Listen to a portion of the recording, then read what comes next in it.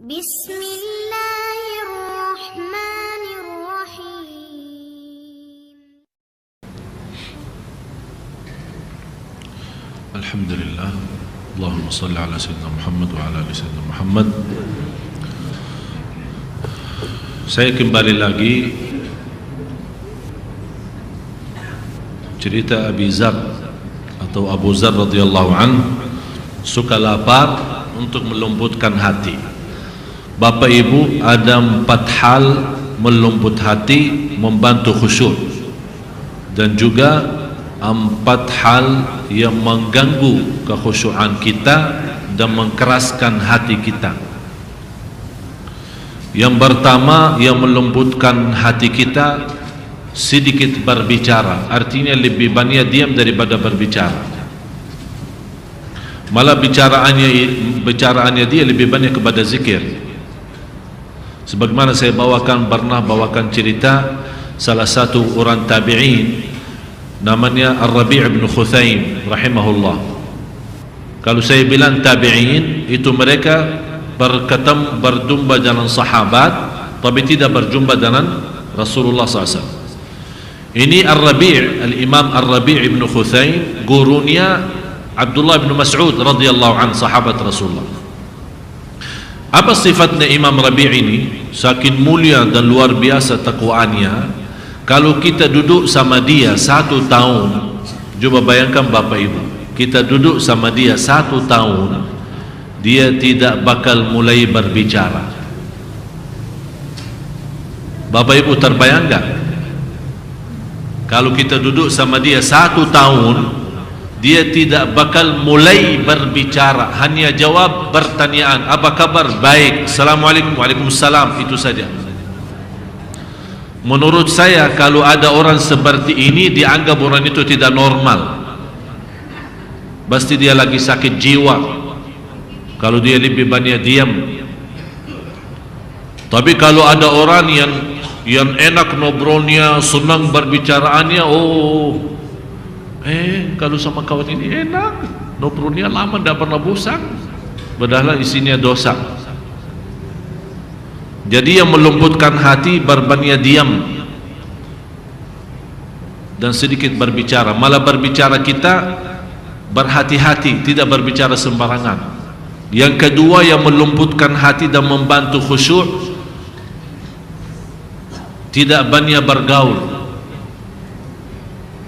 Bergaulan, apalagi bergaulan yang enggak jelas.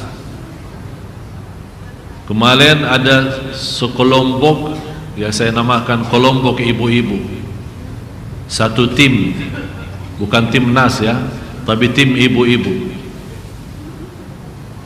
Mereka Masya Allah aktif. Kalau soal majlis ta'lim, Masya Allah, soal pengajian, Masya Allah. Tapi kalau mereka sudah sendirian di luar, jauh dari suaminya, berjalan-jalan ke pantai atau ke mall atau ke mana, subhanallah, bukan subhanallah, na'udzubillah, sudah bukan hanya bebas, terlalu bebas. Seolah-olah mereka bukan anak kecil, mereka sudah dewasa, sudah faham, mereka masing-masing sudah punya suami, punya anak. Malah pernah di antara mereka, tolong Syekh kasih istri Syekh ikut sama kita. Saya bilang enggak, tidak boleh. Macam ibu-ibu begini tidak boleh, saya tidak izinkan istri ikut seperti itu. Jadi kadang-kadang kita tidak berhati-hati dengan gaulan kita.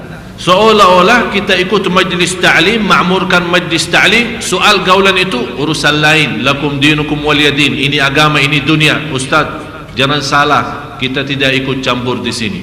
Ini urusan gaulan, senang-senang ke mall, rame-rame. Maka kalau dia berketawa di satu restoran, di ujung restoran kedengaran suaranya. Ini persoalan barangkali Bapak Ibu menjadi sebuah kebiasaan. Tapi tanpa kita sadar, lama-lama kita sebagai pemimpin di rumah, sebagai suami, lama-lama terhilang rasa cemburu, menjadikan istrinya biasa-biasa saja, dia gampang bergaul. Malah Rasulullah SAW pernah membawa sebuah ancaman hadis, Ada seorang, ya Rasulullah, bagaimana kalau ada orang sebagai ponakan keluarga, hamu itu ponakan tapi bukan muhrim kan? Apakah dia boleh masuk dalam rumah kita ya Rasulullah? Karena di dalam rumah kita ada anak kita yang sudah besar, terus dia datang tiba-tiba masuk gaul. Apakah boleh secara bebas? Kata Rasulullah SAW, tidak boleh. Alhamu al-maut, lebih baik masuk kematian daripada bertemu dengan orang yang bukan muhrim. Tapi karena kita sudah terbiasa, malah kita punya anak dibiarkan. Alasannya apa? Oh, ini ponakannya saja, ponakan katanya. Dia gaul bebas, pergi makan sama-sama di restoran sama-sama, malah dijemput antar kemana-mana secara bebas. Dan hal ini yang membuat kita lama-lama tambah sadar susah mengkontrol anak kita sendiri. Jadi yang membantu khusyuk dan melembutkan kalbu kita adalah sedikit bergaul. Apalagi bergaul sama orang yang tidak menambah iman kita, malah justru merusak iman kita. Seperti orang begitu kita keluar dari majlis ta'lim, ayo kita jalan.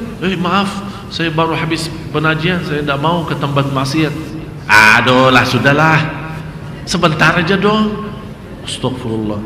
Jadi seolah-olah kemaksiatan itu menjadi sebuah kebiasaan. Akhirnya kita tidak bisa membedakan mana maksiat mana tidak. Dan ingatlah, keberatan taat, kadang-kadang kalau bertaat kan ada sedikit keberatan kan, agak lemas, tapi kalau kita bermujahadah diri, maksa diri untuk bertaat, kecapian dan keberatan dalam taat itu sebentar, begitu kita dalam proses taat hilang, tapi tetap pahalanya disimpan, diberikan oleh Allah. Tapi lezatnya maksiat, saat kita bermaksiat juga begitu kita bermaksiat, kehilangan rasa lezat dan syahwat. Malah begitu kita selesai dosa dan maksiat, merasa diri sudah kecil begitu selesai maksiat dan dosa. Tapi walaupun kehilangan lezat maksiat kita, tapi dosanya masih tersimpan, masih dicatat oleh Allah. Berhati-hati.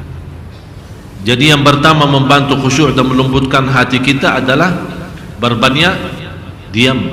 Yang kedua adalah sedikit bergaul, atau bergaul sama orang saleh yang kita rasa orang saleh ini akan menambah iman saya, akan menambah ilmu. Yang ketiga, sedikit tidur, apalagi malam hari. Dan sebaik-baik, kata Rasulullah, sebaik-baik salat adalah salat Nabi Daud. Sebaik-baik salat adalah salat Nabi Daud. Bagaimana salat Nabi Daud? Habis Isya dia tidur separuh malam. Misal kalau malam hari 8 jam kurang lebih, ya kita hitungkan 8 jam, dia tidur 4 jam, kemudian bangun salat malam 2 jam, kemudian tidur lagi 2 jam yang tersisa. Begitu cara salat Nabi Daud. Dan sebaik-baik puasa Nabi Daud, Bapak Ibu sudah ngerti puasa Nabi Daud. Misal puasa Sabtu, hari Minggu tidak, puasa hari Senin dan seterusnya. Jadi sedikit tidur, yang terakhir adalah sedikit makan. Bapak Ibu kadang-kadang saking enak, saya aja salah kadang-kadang, apalagi kalau saat kita enak makan, ya, apalagi ibu-ibu yang suka kirimkan ke saya makanan Padang, dan mereka tahu kesukaan saya, dan itu ujian dari Allah. Jadi mohon maaf sekali lagi, jangan kirimin makan lagi, ya.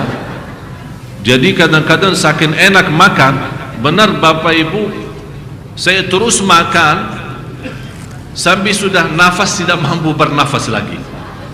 Saking enaknya. Kalau memang saya punya 2 perut, boleh saya isi dua-duanya.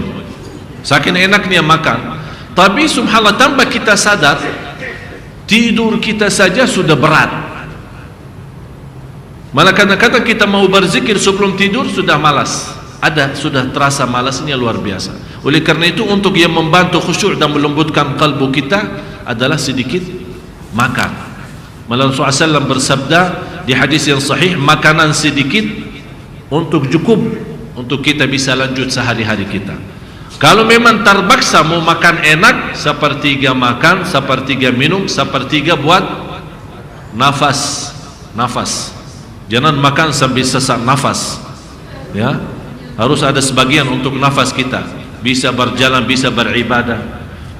Terus yang membuat kita punya hati agak keras, berbanyak bicara, berbanyak tidur, berbanyak makan, dan berbanyak bergaul. Dan sudah saya berikan latihan Bapak Ibu, saya minta kemarin, dah tahu sudah dilaksanakan belum, saya minta coba setiap mau tidur, coba usahakan duduk sendirian, kesepian, berzikir sambil bertafakkur. Ini sangat bermanfaat, bukan hanya untuk ibadah kita dan iman kita, malah untuk kesehatan kita. Jadi Abu Zar suka lapar karena melembut hati, wa suka sakit liyakhiffa dhanbi, karena kesakitan, kesabaran atas kesakitan menghapus dosa. Kenapa dia suka sakit? Agar dihapus oleh Allah dosanya. Kemudian suka mati.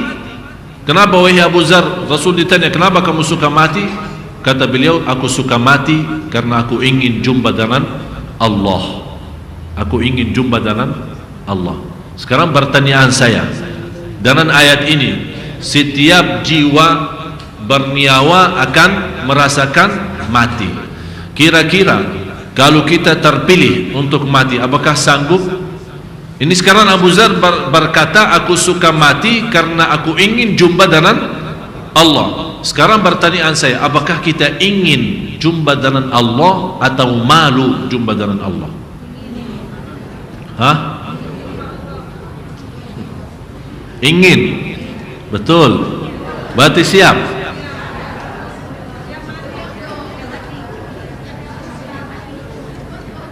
Maksud saya, kalau kita ingin, bukan inginan yang semacam bahasa Indonesia ya. Kalau kita bilang ingin jumpa dengan Allah, berarti kita standby mati. InsyaAllah lagi ya. Maksudnya siap mati, apa arti siap mati? Kadang-kadang orang salah jawab. Kalau bilang kita siap mati, siap. Memang dia yakin akan mati, mau tidak mau, siap tidak siap, pasti akan mati. Maksudnya siap mati berlaku kita, membuat kita tidak malu. Kapan saja datang kematian, alhamdulillah, saya jauh dari dosa dan maksiat, dan Allah Maha tahu apa berlaku saya. Ada satu cerita orang salih, ada yang bilang Imam Ja'far, ada yang bilang orang salih lain. Bagaimana kehidupan, respon atau kebiasaan hidupnya di dunia, kenapa bisa bangga dan hidup di dunia? Dia bilang karena 4 hal. Karena ada 4. Tadi saya sudah memberikan 4 hal yang membantu khusyuk dan melembutkan kalbu kan, dan juga 4 hal yang merusakkan khusyuk dan memberatkan kalbu kita atau mengkasarkan kalbu kita. Ini sekarang ada 4 hal yang membuat kita hidup enak di dunia. Artinya kalau ada namanya, sebagaimana kata ulama, ada surga Allah di dunia. Barang siapa yang masuk surga Allah di dunia, pasti masuk surga Allah di akhirat. Hal yang pertama, aku yakin usaha saya tidak bisa dibuat oleh orang lain. Oleh karena itu aku berusaha keras. Faham Bapak Ibu? Usaha saya, berlaku saya, perbuatan saya, amalan saya tidak mungkin dibuat oleh orang lain. Oleh karena itu aku berusaha keras. Misal cari nafkah, kira-kira bisa kita wakili orang cari nafkah kita? Kita hanya enak tidur, orang datang membawa rezeki kita setiap hari? Tidak bisa kan? Apalagi kalau kita tidak percaya orang, apalagi kalau orang tidak jujur sama kita. Kita tidak bisa meyakini terhadap mereka kalau kita kecuali dalam usaha. Apakah bisa mewakili orang salat? Saya tidak mau salat. Bapak tolong salati, ganti saya. Bisa enggak? Berarti kita yakin perbuatan kita tidak boleh atau tidak bisa dibuat oleh orang lain. Berarti kita bekerja keras, berusaha keras. Ini yang pertama. Yang kedua, aku yakin rezeki aku yang ditentukan oleh Allah tidak bisa diambil oleh orang lain. Ini yang membuat kita tenang, membuat kita tenang. Yang ketiga, aku tahu dan yakin Allah Maha tahu semua berlaku saya. Aku yakin dan tahu Allah Maha tahu terhadap semua berlaku saya. Sejarah lahir, batin, sembunyi, terang-terangan, Allah Maha tahu. Ini yang membuat kita malu, membuat kita malu. Coba Bapak Ibu terus terang saja, kalau kita sebagai manusia, kalau ada seorang manusia tahu segala keburukan kita, gimana perasaannya? Malu enggak? Apalagi kalau kita punya masalah di rumah tangga kita, kemudian ada orang lain tahu. Begitu kita ketemu, dia malah dia yang kasih tahu. Pasti malu kan? Ini sama manusia aja sudah malu, apalagi sama Allah. Tak mungkin manusia bisa tahu terang-terangannya, jelas-jelasannya, tapi yang diam-diam, sembunyi-sembunyi bisikan kalbu kita yang ada dalam fikiran kita, hal-hal waktu kita kecil, waktu kita di sini, waktu kita di kampung, waktu kita di rumah, waktu di luar rumah, Allah segala sesuatu Allah Maha tahu. Ini yang membuat kita malu. Mudah-mudahan dalam perasaan malu kita terhadap Allah menyempurnakan iman kita, karena Rasulullah bersabda, al-haya'u minal iman. Malu itu adalah sebagian dari iman. Tapi malu bagaimana malu? Sekarang Bapak Ibu katanya orang, sekarang saya bertanya, Bapak Ibu malu enggak sama Allah? Semua jawab malu, tapi masih berlaku dosa maksiat. Maksudnya malu bukan kita malu Allah melihat kita berdosa dan maksiat, atau atas dosa dan maksiat yang kita lakukan masa lalu. Maksudnya malu, kita berusaha mewujudkan sebuah malu yang membuat kita tidak berbuat dosa dan maksiat. Sepertinya contoh, apakah ada orang berani naik mimbar atau duduk di kursi ini dan mulai ceramah menceritakan aibnya dan dosanya sejak kecil sampai sekarang? Enggak kan? Siapa yang berani? Malu kan? Berarti kita malu ditahu sama orang, berarti kita berusaha tutupi. Ini malu yang saya harap diwujudkan di hadapan Allah. Kalau memang kita punya sebuah keburukan, kita segera bertaubat dan kita berusaha menutupi diri agar tidak berbuat dosa dan maksiat lagi. Inilah namanya malu yang betul-betul membawa kita sempurna iman. Terus yang keempat, aku yakin akan mati dan aku selalu bersiap diri. Ini yang membuat kita hidup nikmat di dunia. Saya ulang lagi. Yang pertama apa? Usaha perbuatan saya tidak mungkin dibuat oleh orang lain. Oleh karena itu saya bekerja keras, soal dunia maupun soal akhirat. Yang kedua, aku yakini rezeki yang ditentukan oleh Allah tidak akan mungkin diambil oleh orang lain. Ini yang membuat saya tenang.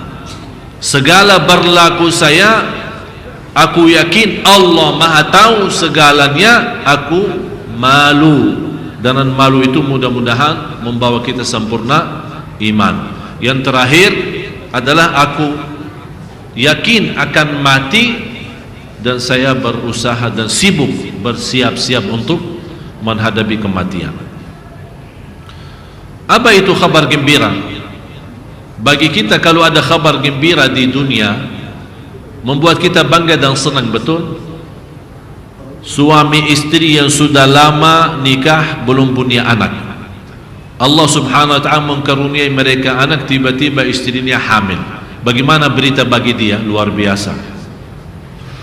Ada orang yang sudah lama menikah dan istrinya hamil. Begitu dia bangga terhadap kehamilan istrinya, terus tiba-tiba melahirkan anak dalam keadaan cacat.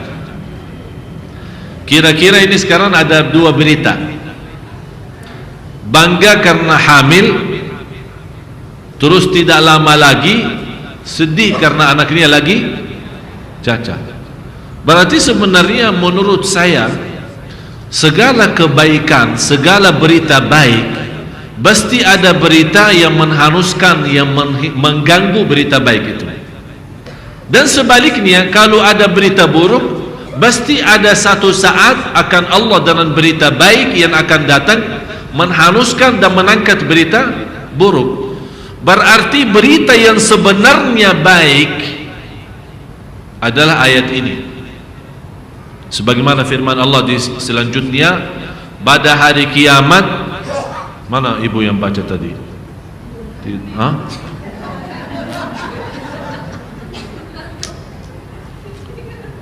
Ini tanda banyak yang mulai, masya Allah.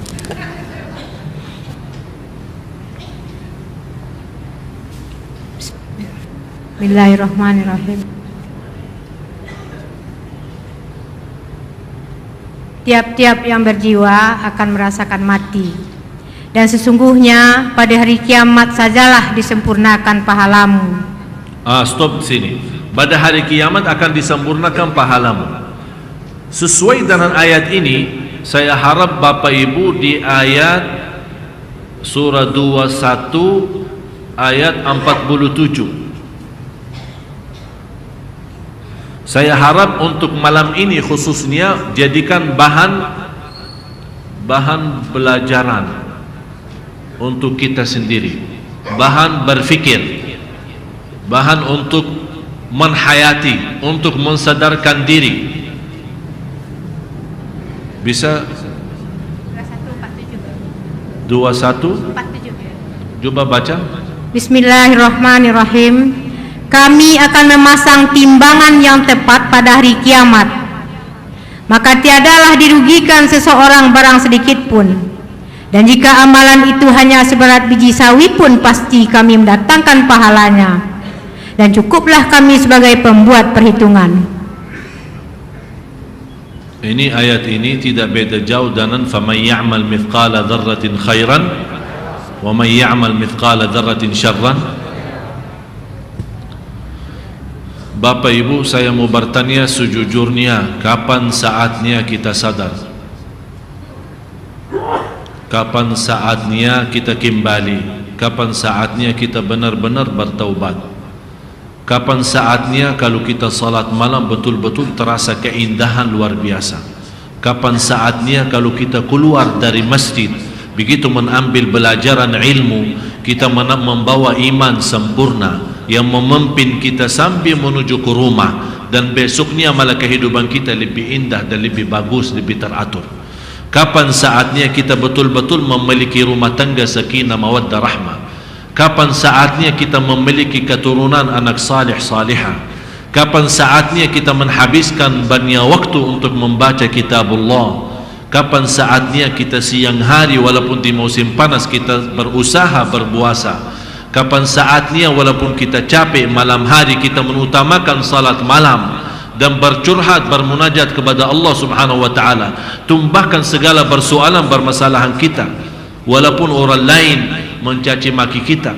Kapan saatnya kita betul-betul ingat segala sesuatu yang kita miliki adalah milik Allah, harta kita, rizki kita semuanya titipan Allah subhanahu wa ta'ala.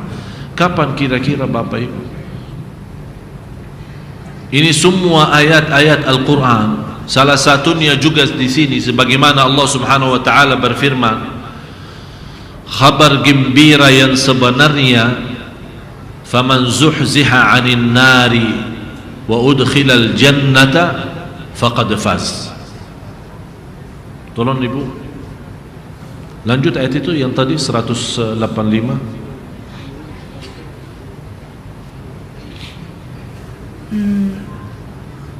Barang siapa dijauhkan dari neraka dan dimasukkan ke dalam surga, maka sungguh ia telah beruntung. Kehidupan dunia itu tidak lain hanyalah kesenangan yang memperdayakan. Ya ghafilan 'anil 'amal wa gharrahu tulul amal, al-maut ya'ti baghtatan wal qabru sunduqul 'amal. Wahai orang, tolong Bapak Ibu tuliskan. Wahai orang yang lalai dari kematian. Wahai orang, wahai diriku yang lalai, boleh istilahnya, wahai diriku yang lalai dari kematian.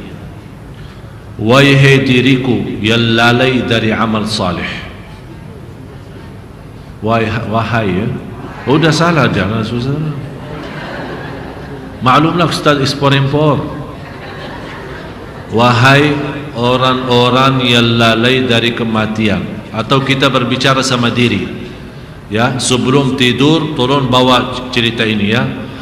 Wahai diriku yang lalai dari kematian. Wahai diriku yang lalai dari amal saleh. Wahai diriku yang tertipu dengan dunia, masih terlalu banyak harapannya, masih panjang umur, masih banyak urusan, itu namanya tertipu sebenarnya. Wahai orang, wahai diriku yang tertipu oleh dunia,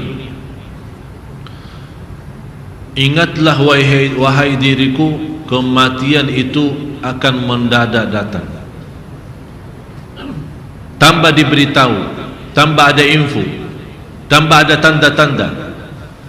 Jadi kita ingatkan diri, wahai diriku, kematian akan datang tiba-tiba, mendadak. Ingat wahai diriku, kuburan adalah kotak amal. Kuburan adalah kotak amal. Ini sekarang ada kotak amal kan? Ada kotak amal kan? Biasa kita isi ini. Sebenarnya kotak amal hakiki yang benar adalah kuburan. Apa yang kita isi di dalam kuburan itu yang akan nanti nampak, itu yang akan keluar. Jadi Bapak Ibu kalau baca Al-Quran sebenarnya lagi isi kotak amal, lagi bersedekah walaupun kotak Sunda Kelapa, tapi sebenarnya kita isi kotak kuburan. Karena dia bentuknya kan kotak kan, berarti sebenarnya kuburan itu kotak amal kita yang benarnya. Oleh karena itu Bapak Ibu, saat kita bersedekah, saat kita beramal salih, ingatlah harus kita berusaha ikhlas, karena kuburan itu tambat kita ketemu amal salih kita. Bukan hanya di akhirat, nanti di akhirat Bapak Ibu pasti lebih mulia. Jadi kita ingat, dunia ini Bapak Ibu jangan harap balasan dari Allah. Orang berbuat amal salih, Allah melipat ganda 10 kali lipat kan? Sekarang karena orang-orang lagi susah, katanya suruh bersedekah, akan Allah ganti 10 kali lipat. Dia sekarang berfikir kalau bersedekah 100.000 akan Allah ganti 1 juta.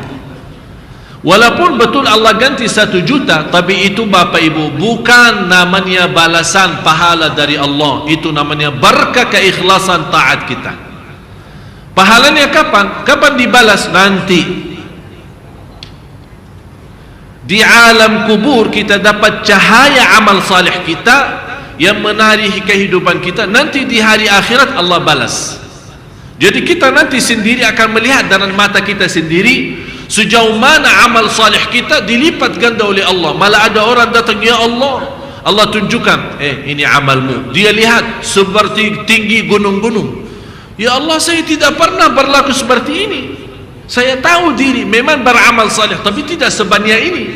Kata Allah Subhanahu wa taala, memang tidak sebanyak ini, tapi karena engkau pas beribadah ikhlasnya luar biasa, aku nerima ibadahmu dan aku pelihara dan tanamkan sampai menjadi seperti ini. Itu semuanya berkah ibadah kita. Berarti Bapak Ibu, kalau dapat rezeki yang berkah karena kita taat, Kalau kita dapat jodoh yang baik karena kita taat. Kalau kita dapat usaha yang lancar karena kita taat. Ini semuanya namanya berkah taat kita. Sebaliknya, kalau kita dapat sebuah cobaan, sebuah musibah, berita buruk yang mengganggu aktivitas kita, anak bandal, suami kadang-kadang macam-macam, istrinya tak jelas, ini semuanya namanya keburukan maksiat kita. Malah kata Imamul Hasan al-Basri, kalau saya tahu apakah berdosa dan maksiat, saya melihat akhlak istri dan binatang. Binatangnya, karena orang dulu kan naik kuda, naik unta. Dia bilang kalau kuda dan unta saat saya menjadikan kendaraan untuk berjalan, kalau dia lagi tidak stabil, tidak tenang, saya ingat bukan salah dia, dosa apa yang saya lakukan sambil kendaraan saya tidak tenang. Dosa apa yang saya lakukan sambil istri saya tidak mau turuti. Dosa apa yang saya lakukan di hadapan Allah, barangkali dosa lalu yang kita lupa, sambil akibatnya menuju kepada anak kita. Ya Allah, ada apa? Sekarang kita kadang-kadang suka salahin anak kita, anak nakal, anak bodoh, anak bermacam-macam. Ibu sudah capek, bapaknya sudah capek, kamu masih begini mulu. Tapi sebenarnya yang membuat dia, yang seharusnya kita sebelum melemparkan kesalahan kepada seorang, harus kita tanya diri, ya Allah, dosa apa yang saya lakukan sambil anak saya seperti ini? Kalau masih kita ingat dosa itu, berarti kita segera bertaubat. Kalau kita lupa dosa berlaku kita, tetap juga beristighfar dan taubat. Ya Allah, jangan menjadi bandal anak saya dan nakalnya anak saya akibatnya dosa lalu saya. Jadi sebenarnya berita yang luar biasa bagi kita adalah faman zuhziha, yang dijauhkan oleh Allah dari neraka dan dimasukkan dalam surga. Itu baru kabar gembira, itu baru kabar baik bagi kita semua. Saya minta Bapak Ibu malam ini ayat surah 21 ayat 47 jangan dilupakan. Ada seorang, saya tutupi, ada dua cerita. Ada seorang bertanya, Al-Imam Ibrahim ibnu Adham, tuliskan Imam Ibrahim ibnu Adham, ini salah satu imam sufi, ulama besar. Ditanya, wahai imam, kenapa kita berdoa tapi tidak diterima doa kita? Kenapa kita berdoa tapi kita rasa Allah belum ijabah? Kenapa kita berdoa tapi kita selalu merasa Allah belum kabulkan? Beliau menjawab, jangan lupa namanya Al-Imam Ibrahim ibnu Adham, salah satu ulama sufi.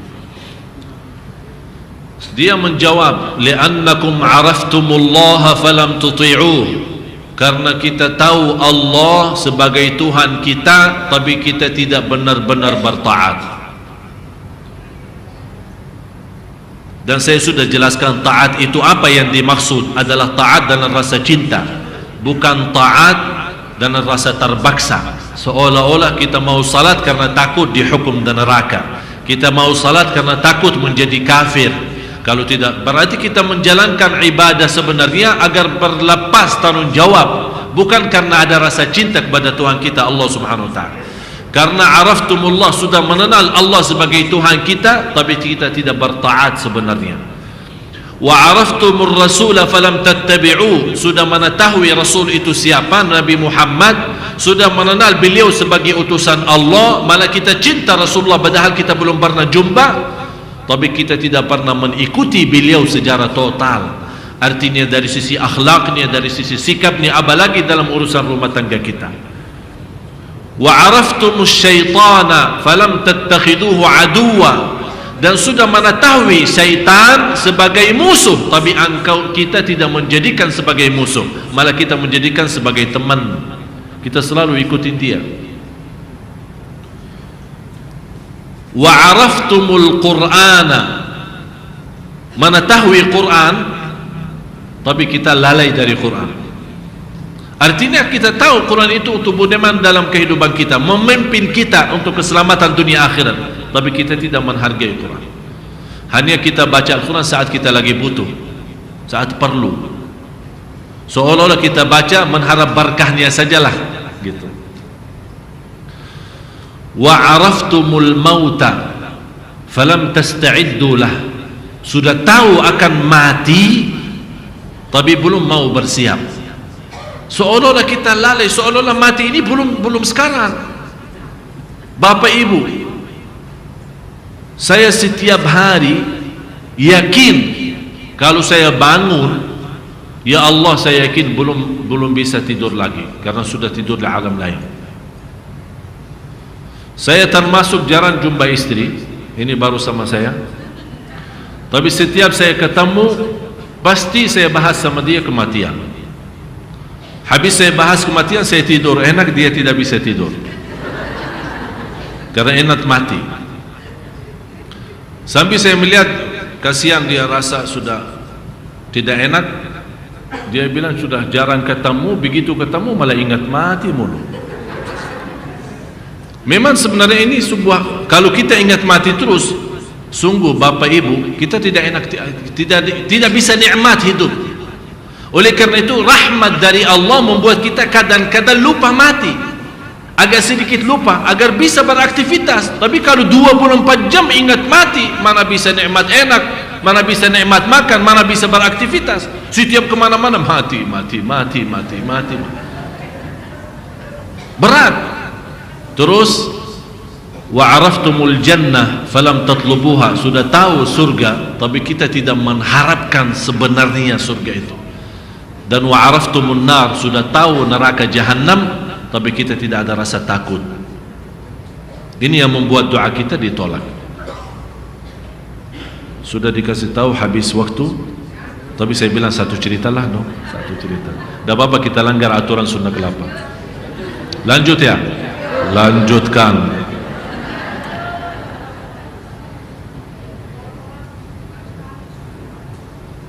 Sebenarnya ini cerita sudah lama, sudah lalu, sudah bertahun-tahun. Ini cerita terjadi di Arab.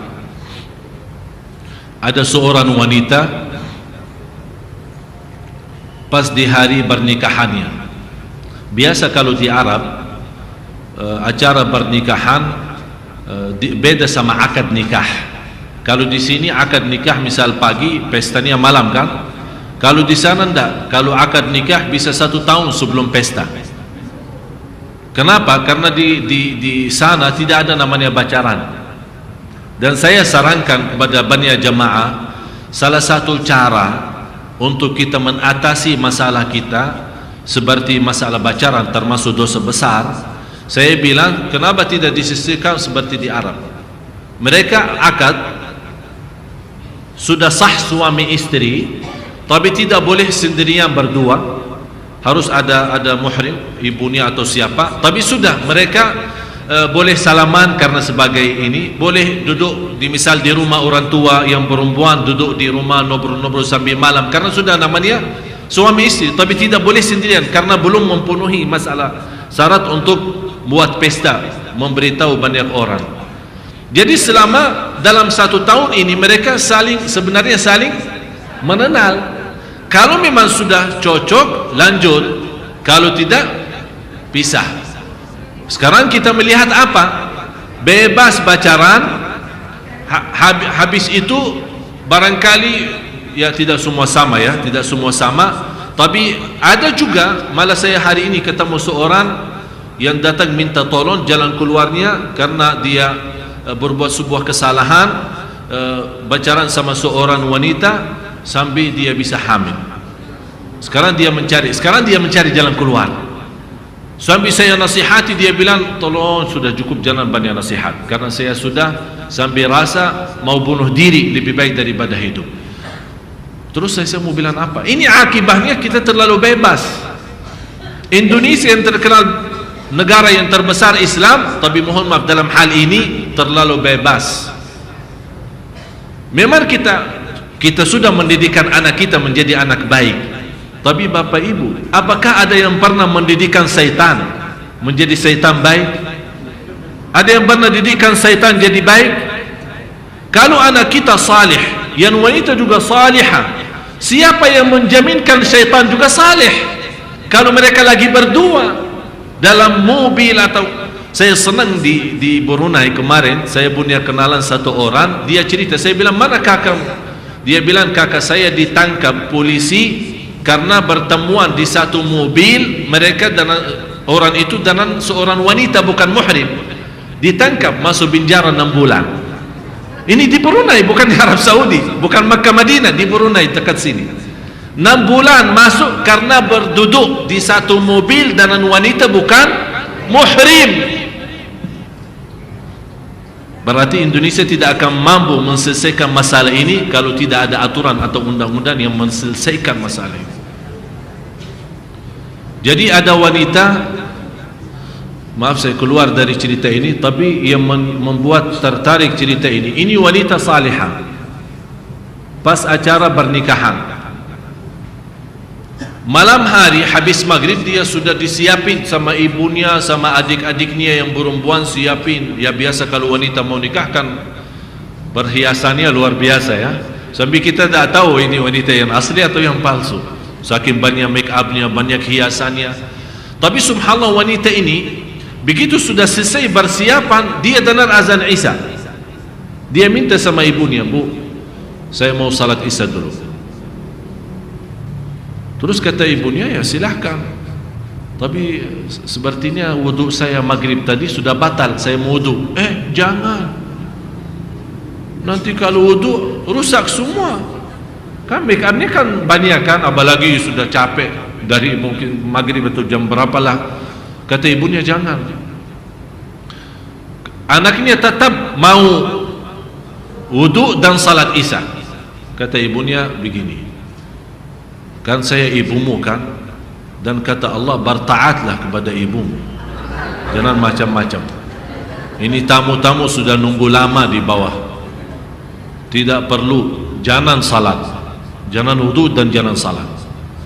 Maaf ibu, memang saya harus taat kepada ibu, tapi dalam hal taat kepada Allah. Kalau ada maksiat tidak ada taat. Pokoknya mundar mandir balik bola sambil keras-keras sama ibunya. Ibunya malah bertanya, kalau kamu tidak mau turutin saya dan tetap kamu mau wudu dan kemudian salat, saya tidak akan ridha terhadapmu sampai hari kiamat. Kata anaknya, maaf ibu, saya tetap mengutamakan ridha Allah. Kata ibu, terus nanti tamunya bilang apa? Kok habis karena air kan sudah rusak semua, bagaimana nanti di hadapan tamu? Terus kenapa ibu kalau tamu-tamu kan tidak nampak cantiknya? Ibu apakah berharap saya cantik di hadapan mata orang tapi di hadapan mata Allah tidak? Akhirnya tetap anak itu menjalankan apa yang dia mau. Kemudian dia ambil air wudu, kemudian salat, ditunggu sama ibunya. Kemudian dalam keadaan sujud kok lama, datang ibunya, gerakan dia dalam keadaan sujud, ternyata meninggal dunia. Di hari pernikahan dia tetap dia mengutamakan salat, kemudian meninggal dunia. Itu bapak ibu, kalau ada orang menghargai ibadah, menghargai Allah, wallahi terjamin husnul khatimah. Sekarang kita lihat acara pesta kita, ya maaf, di Masjid Sunda Kelapa lagi, dia namanya di atas masjid jamaah rame-rame salat, tapi di bawah pesta, di bawah acara, malah musik, lagu-lagu. Untuk apa? Untuk ada penghasilan dan masukan untuk Sunda Kelapa. Kalau menuju kehasilan dan masukan untuk Sunda Kelapa tapi menjadi maksiat kepada Allah, lebih baik tak usah buat pesta di sini. Jadi kalau lebih acara yang lebih bermanfaat. Kenapa tidak memiliki aturan yang lebih bagus? Artinya kalau di bawah mau buat, silahkan buat pesta, tapi mohon maaf kalau waktu salat, maaf, kita lagi banyak jamaah yang mau salat, jangan terganggu. Malah kita membantu mereka agar mengamankan acara mereka lebih lanjut dan lebih lancar, dan kita sebagian ditugaskan pada mengurus jamaah masjid untuk salat biar lebih aman dan lancar, malah kita urus mereka bermaksiat dan berdosa. Semuanya untuk apa? Untuk penghasilan. Maaf saya berbicara jujur karena hal ini mengganggu bukan hanya mengganggu aktivitas orang yang salat, tapi sebenarnya mengganggu ridha Allah. Itu yang lebih utama. Bagaimana cara yang baik? Saya yakin semua pengurus Masjid Sunda Kelapa insya-Allah mencari yang terbaik. Dan kalau ada kekurangan, harus Bapak Ibu maklum, kita semua kan manusia, tidak ada sempurna, tapi saling bersatu insya-Allah akan menuju kepada kesempurnaan. Dan saya harap Masjid Agung Sunda Kelapa menjadi salah satu masjid yang menyinari kehidupan orang Jakarta, menjadi bersinar, menjadi mulia, menjadi berkah, dan segala aktivitas yang diterima oleh Allah Subhanahu wa taala. Hadis Rasulullah dalam cerita tadi, Rasulullah bersabda, "Inna Allah idza habba 'abdan ista'malah." Qalu wa kaifa yasta'milu ya Rasulullah? Qalu yuwaffiqhu fi 'amali khairin thumma yaqbidu 'alayhi. Kata Rasulullah SAW, Allah kalau mencintai seorang hamba, diberikan taufik. Coba bayangkan Bapak Ibu, mudah-mudahan semua yang hadir dapat taufik dari Allah.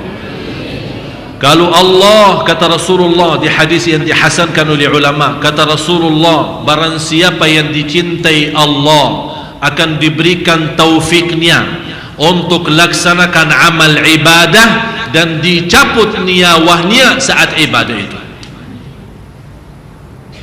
Faham Bapak Ibu? Allah mencintai seorang akan buka pintu taufiknya agar melaksanakan sebuah ibadah. Saat dia beribadah, Allah perintahkan malaikatul maut cabut nyawanya. Itu namanya apa? Husnul. Berarti Bapak Ibu menuju ke husnul khatimah harus Allah cintai kita. Bagaimana kalau Allah mau mencintai kita? Beraktivitas kita memalukan. Ini yang harus kita hati-hati. Marilah kita sama-sama berdoa. Mudah-mudahan dalam doa kita sama-sama di malam Jumat ini, dan keikhlasan, kekhusyuan Bapak Ibu, mudah-mudahan kita bisa mendapatkan taufiknya Allah untuk mengakhiri hayat kita dalam keadaan ibadah. Bismillahirrahmanirrahim. Alhamdulillahirabbil alamin. Allahumma salli ala sayyidina Muhammad wa ala ali sayyidina Muhammad. Ya Allah, ya Tuhan kami, ini semua jamaah hadir malam ini, malam Jumat, dengan penuh harapan dan hajatnya, hajat dunia maupun hajat akhir. Ada ibu-ibu, bapak-bapak yang datang jauh dari langkah-langkahnya, menghadapi kemacetan, menghadapi kesusahan dan kesulitan, tapi berusaha keras untuk berduduk di tempat ini, berduduk di majlis ilmu, di kebun surga. Ya Allah, untuk semua Bapak Ibu, setiap langkah-langkahnya dinaikkan darajatnya oleh Allah Subhanahu wa ta'ala. Dan langkah-langkah Bapak Ibu yang datang kemari ke majlis ilmu malam ini diselamatkan ya Allah dunia akhirat.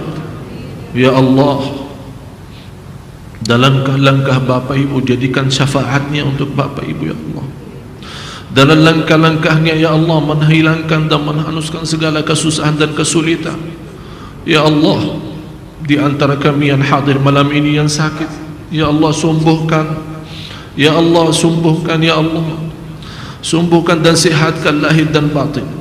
Ya Allah, di antara kami yang hadir malam ini barangkali membawa dosa dan maksiat, ya Allah aku mohon dalam nama-Mu yang agung dan mulia, dalam berkahnya malam Jumat ini, ampunilah dosa mereka ya Allah.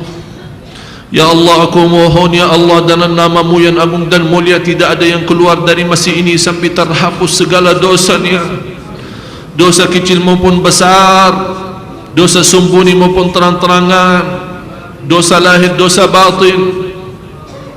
Ya Allah sucikan Bapak Ibu ya Allah, bersihkan hatinya, sucikan jiwanya, sempurnakan amal ibadahnya.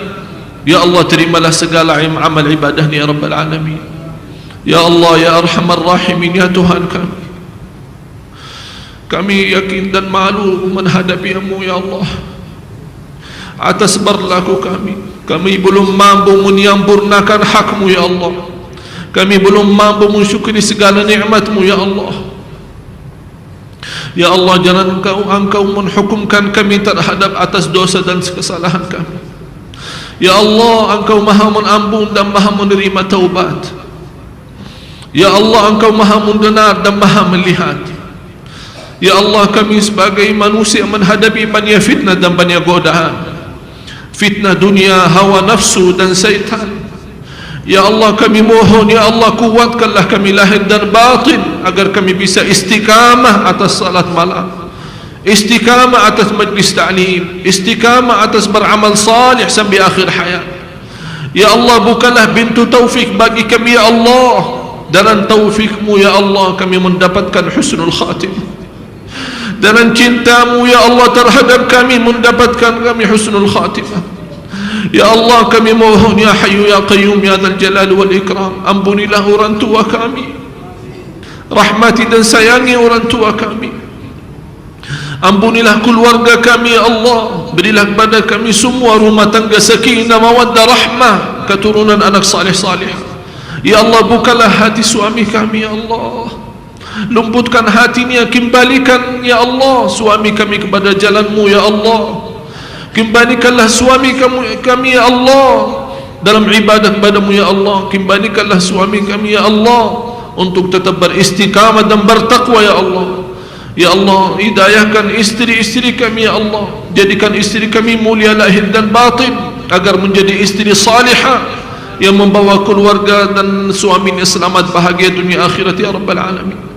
Ya Allah, Ya Arhamar Rahimin, walaupun kami belum pantas diterima doanya, walaupun kami belum pantas dilihat hajatnya karena masih berlaku maksiat dan dosa, tapi Ya Allah, kami tidak memiliki Tuhan selain Engkau, Ya Allah. Kami tidak punya Allah selain Engkau, Ya Allah. Ya Allah, aku mohon, muliakan air mata Bapak Ibu di malam ini, Ya Allah. Menjadikan air mata yang menyelamatkan dari neraka Jahannam. Karena Rasul-Mu sallallahu alaihi wasallam bersabda, barang siapa yang menangis karena takut kepada Allah dan menangis karena Allah, diharamkan masuk neraka. Ya Allah, setiap tetes air mata, Ya Allah, dari mata Bapak Ibu di malam ini membawa kami selamat dunia akhirat, diharamkan dan dijauhkan oleh Allah dari neraka Jahannam. Ya Arhamar Rahim, rahmatilah kami, Ya Allah. Kami sangat membutuhkan rahmat-Mu. Engkau maha kasih sayang, Ya Allah. Kami menghadapi banyak masalah, Ya Allah. Masalah dalam rumah tangga, masalah sama suami, masalah sama istri, masalah sama anak, masalah dalam urusan rezeki. Ya Allah, rahmatilah kami. Dalam rahmat-Mu, Ya Allah, kami mampu mengatasi segala masalah kami, Ya Allah. Karena rahmat-Mu seluas bumi dan langit, Ya Allah. Ya Arhamar Rahimin, Ya Arhamar Rahim. Hidupkanlah kami dalam keadaan iman, wafatkanlah kami dalam keadaan Islam, dan akhiri hayat kami dalam husnul khatimah. Ya Allah, kami belum tahu berapa sisa umur kami, tapi Ya Allah, kami mohon, berilah kepada kami kekuatan agar mengisi apa yang Engkau ridha, Ya Allah, dalam sisi umur kami, Ya Allah. Berilah kekuatan, Ya Allah, agar kami berusaha mengisi yang terbaik dalam kehidupan kami yang tersisa, Ya Allah. Ya Allah, berilah kepada kami kekuatan lahir dan batin agar mengisi sisi umur kami dengan taqwa dan ibadah kepada-Mu, Ya Allah. Di antara kami ada yang tersisa satu malam, ada yang tersisa bulan, ada yang tersisa setahun, ada yang tersisa lebihnya. Ya Allah, masing-masing kuatkanlah kami, Ya Allah, agar kami berusaha sebagaimanapun masa sisa umur kami berusaha lahir dan batin, pagi dan siang malam, untuk mengisi dengan taqwa dan taat kepada-Mu, Ya Allah. Ya Allah, pimpinlah kami, Ya Allah, karena selama ini kami sangat memerlukan pimpinan-Mu, Ya Allah. Karena selama ini belum ada yang mampu memimpin kami, Ya Allah, selain Engkau, Ya Allah. Pimpinlah kami, Ya Allah, menuju kepada jalan yang lurus, jalan yang lurus dunia, jalan yang lurus di akhirat, Ya Rabbal Alamin, Ya Arhamar Rahimin. Ya Allah, Engkau Maha tahu apa isi hati bapa ibu di saat ini yang ikhlas dan khusyuk. Ya Allah, muliakan keikhlasan bapa ibu malam ini menjadi ikhlas yang membawa syafaat bagi kami. Ya Allah, ya Allah, Engkau Maha tahu apa isi hati kami. Ya Allah, ya Allah, apapun isi yang baik, ya Allah,